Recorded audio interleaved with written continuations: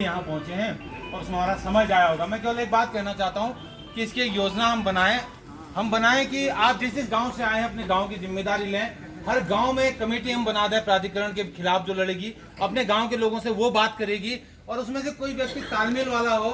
हम इस शहर में पिथौरागढ़ शहर में और पिथौरागढ़ जिले में इसकी कार्यविधि करने के लिए कमेटी का आज गठन कर दें। माननीय अध्यक्ष महोदय मोहन भट्ट जी, मैं आपको इसका निवेदन करता हूं कि ऐसा कुछ कर दें।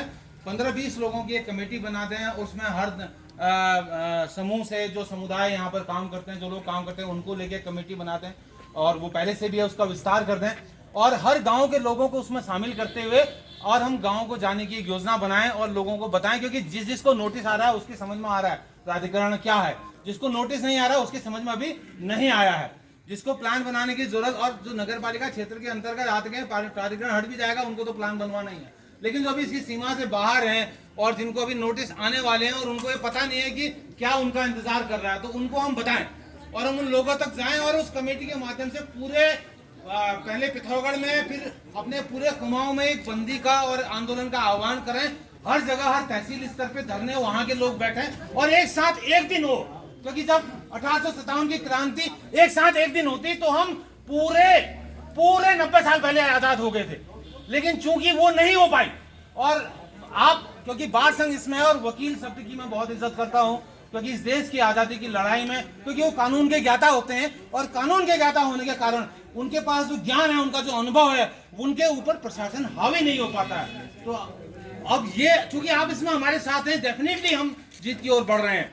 तो मैं ये चाहता हूं कि ऐसा कुछ बनाया जाए और पूरे कुमाऊं में हर जगह जाके संपर्क करके एक दिन सांकेतिक, और हर तहसील पे, हर ब्लॉक मुख्यालय पे धरना हो और वहां के लोग वहीं पर बैठे और हम यहाँ पर बैठे। तो जब एक साथ चिंगारी चारों ओर से आएगी तो नियंत्रित करना मुश्किल होता है। तो उसको नियंत्रित करने के लिए प्रशासनिक जो अमला है वो भी हताश हो जाएगा और सरकार तक ये संदेश जाएगा कि हम, और अगर छुटपुट करते रहेंगे, आज यहाँ धरना है, कल कनाचीना में निकला, परसों धारचूला में निकला, तो एकाकृत करने के लिए हम लोग एक कमेटी बनाए। वो कमेटी रोज शाम को 6 बजे से 7 बजे तक अपने सारे काम खत्म करने के बाद बैठे रोज।